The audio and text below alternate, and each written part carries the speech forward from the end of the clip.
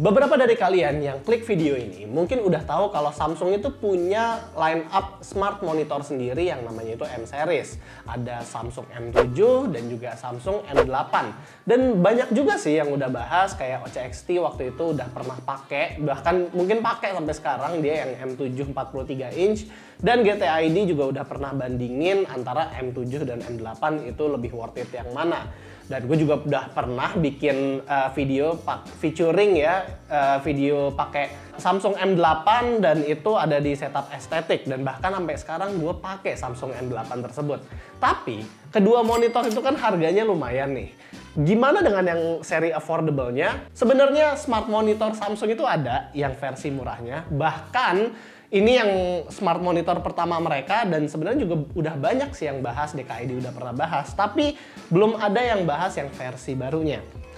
Ini adalah Samsung M5, itu adalah smart monitor affordable-nya Samsung, dan harganya itu kalau nggak salah nggak nyampe 4 juta. Kita unbox dulu kali ya.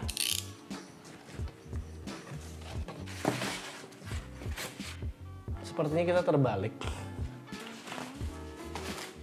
Di kelengkapannya seperti monitor pada umumnya ya, dia bakal ngasih kita kaki.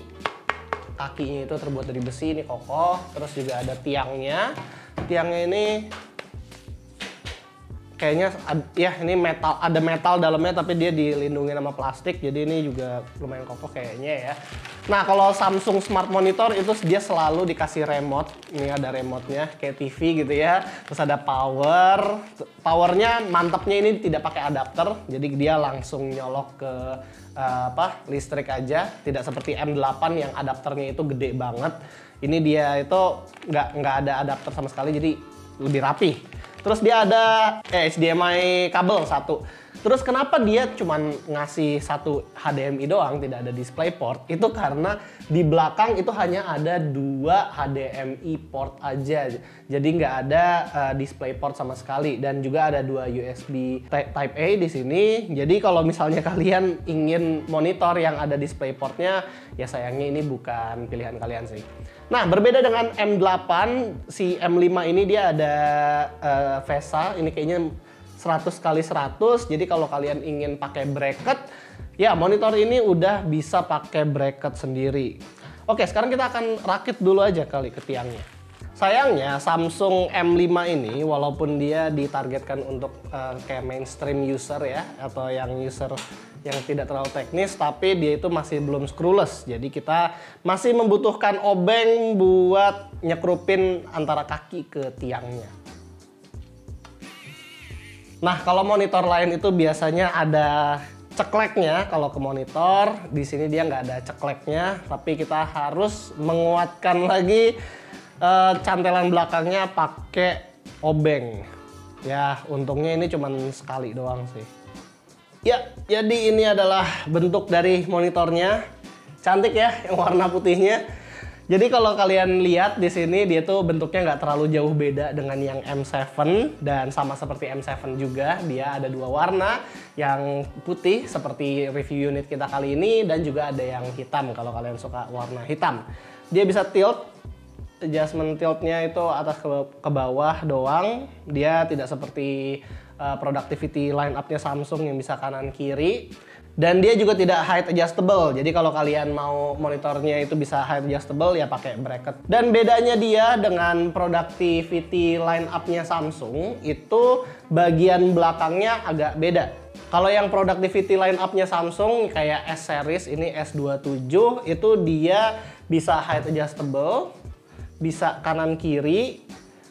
Dan kalian seperti yang kalian bisa lihat ini juga monitornya itu tiangnya itu tinggi begini. Sementara kalau yang M series itu dia monitornya pendek dan dia tidak bisa di-adjust. Tapi kalau misalnya dilihat dari belakang, bahannya dan juga surface-nya ini sama, dia tuh kayak ada garis-garis gitu. Tuh kayak gitu. Terus juga kalau si productivity line up-nya Samsung mau yang M5 atau yang S27 ini dia tidak memakai adapter sama sekali. Tapi tetap tipis. Suka gue dengan monitor yang dia nggak tebel-tebel banget tapi dia tidak pakai adapter. Sayangnya, walaupun udah 27 inch, panel yang dipakai sama monitor ini masih beresolusi Full HD, dimana dengan harga yang sama, kalian bisa dapat monitor dengan resolusi 4K atau bahkan 2K 170Hz. Tapi karena monitor ini pakainya panel VA, jadi color gamutnya luas dan kontrasnya juga tinggi di harganya. Viewing angle-nya sih sebenarnya lumayan oke, dari samping itu warnanya masih tajam, tapi kalau di bagian gelap dia suka kerasa glare-nya. Terus apa aja yang monitor ini bisa? Tentu aja sama kayak smart monitornya Samsung yang lain, dia bisa buka Netflix, bisa nonton YouTube, bahkan bisa ngerjain kerjaan ringan juga di web service-nya. Karena udah pakai Tizen OS, hampir semua yang bisa dilakukan di smart monitor atau bahkan smart TV-nya Samsung bisa dilakuin di monitor ini. Di application store-nya ada beberapa aplikasi hiburan juga yang bisa di-download macam Video, Prime Video, YouTube Kids, Apple TV, View, bahkan HBO Go juga ada. Tapi yang gue sadar adalah Disney Plus di sini nggak ada ya, padahal ada tombol dedicated-nya di remote.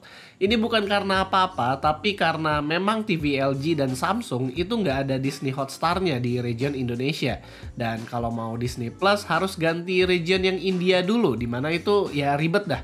Semoga kedepannya Samsung dan LG Indonesia bisa selesaiin masalah ini karena Disney Hotstar udah banyak customernya di Indo, termasuk gua. Oh ya, ngomong-ngomong soal remote-nya nih. Jadi sebenarnya gue ada juga Samsung M5 yang versi 32 inch, yang versi lama itu.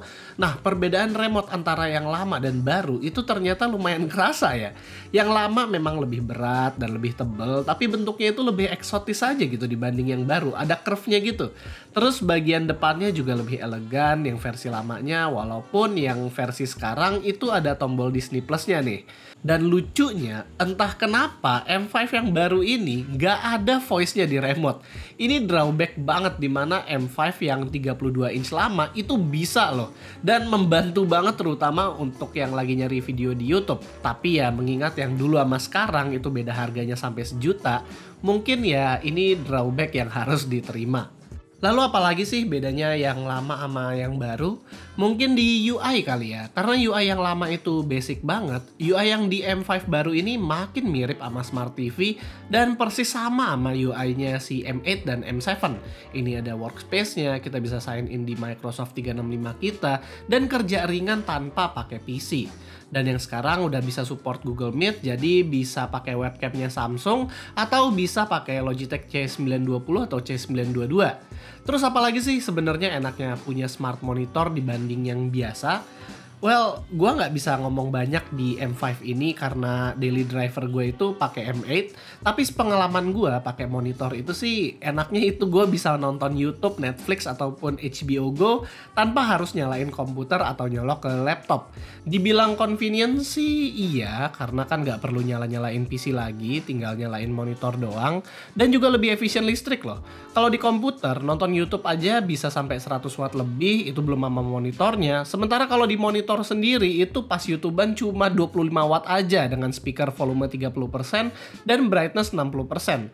Tapi kalau dibilang kenyamanan browsingnya, ini baru beda. Pas lagi nyari-nyari film di Netflix sih monitor ini masih enak karena tinggal klik-klik doang nyari film atau anime mana yang mau ditonton. Tapi kalau nyari video YouTube pas searching video itu nggak enak banget, mesti satu-satu hurufnya diketik kayak di TV. Beda sama komputer yang bisa diketik di keyboard dan punya tab banyak. Satu-satunya solusi adalah pakai keyboard yang bisa connect ke dua device dan connect ke TV ini bisa pakai Bluetooth biar gampang browsingnya. Lalu profil gambar di monitor ini tuh ada 4, yaitu dinamis, standar, film, dan filmmaker mode. Tapi yang paling gua ngerasa cocok buat gua itu di standar aja, nggak usah diganti-ganti. Karena film dan filmmaker mode itu malah membuat gambarnya jadi blur, sementara dinamis malah kebiruan white balance-nya. Oh ya, amat ternyata smart monitornya Samsung kalau mau ganti brightness-nya gampang deh, tinggal klik setting tahan dan cari picture setting deh. UI ganti brightness-nya juga intuitif lagi. Jadi ya maaf ya Samsung kalau gue bilang pas di M8 itu ganti brightness-nya ribet. Kalau dipakai main game, ya monitor ini bukan yang paling oke lah. Walaupun dia ada menu game sendiri, tapi gaming di monitor ini basic aja karena masih 60Hz. Sementara di harga yang sama kita bisa dapat 2K sampai 170Hz. Tapi kalau kalian seperti gua yang main gamenya itu juga bukan kompetitif alias AAA single player aja gitu, monitornya ya masih capable, toh kontrasnya juga bagus banget. Jadi kalau misalnya mau main game yang imersif suasananya ini bagus sih. Monitor ini juga ada HDR-nya, tapi karena masih HDR10 jadi brightness-nya malah jadi gelap. Dan kalau gue sih menyarankan gue lebih PW tanpa HDR.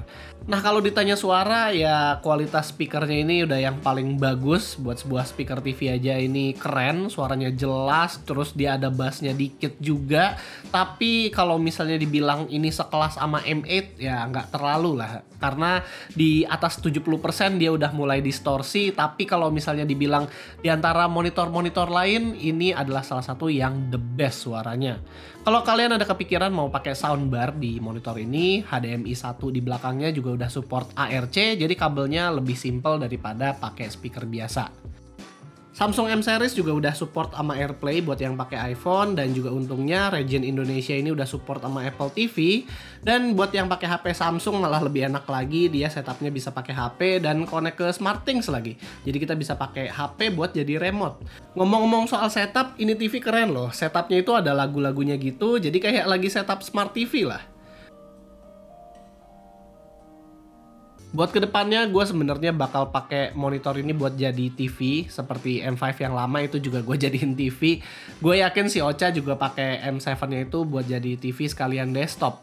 Tapi sayang glare-nya itu kerasa kalau lagi nampilin gambar yang gelap, dan kalau viewing angle kita agak miring dikit aja itu kita bisa kayak agak pusing gitu. Paling diakalin aja pakai tiltnya dia, dan kita jangan ngeliatin sesuatu yang terlalu gelap-gelap lah. Dan jadi kesimpulannya, kita sendiri sih nggak bisa ya bandingin monitor ini dengan monitor merek lain. Karena ya yang punya fitur smart ini kan cuman Samsung M Series ini aja. Dan kalau misalnya kita ngelihat yang lain itu sebenarnya di harganya dia yang dimana itu bervariatif antara 3,6 sampai 3,8 juta.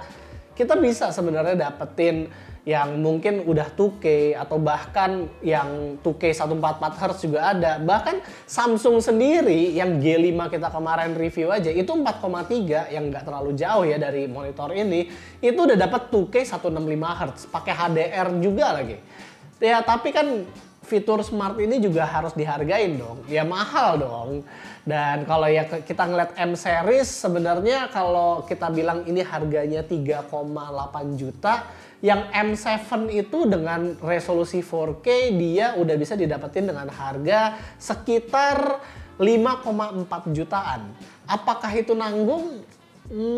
Menurut gue sih enggak juga ya. Karena kalau misalnya gue lagi beli monitor, ya perbedaan harga sejuta aja itu menurut gua lumayan sayang. Apalagi kalau yang si M7 itu hanya tersedia di 32 inch, dan ini kalau mau yang 27 inch cuman ada si M5 ini doang.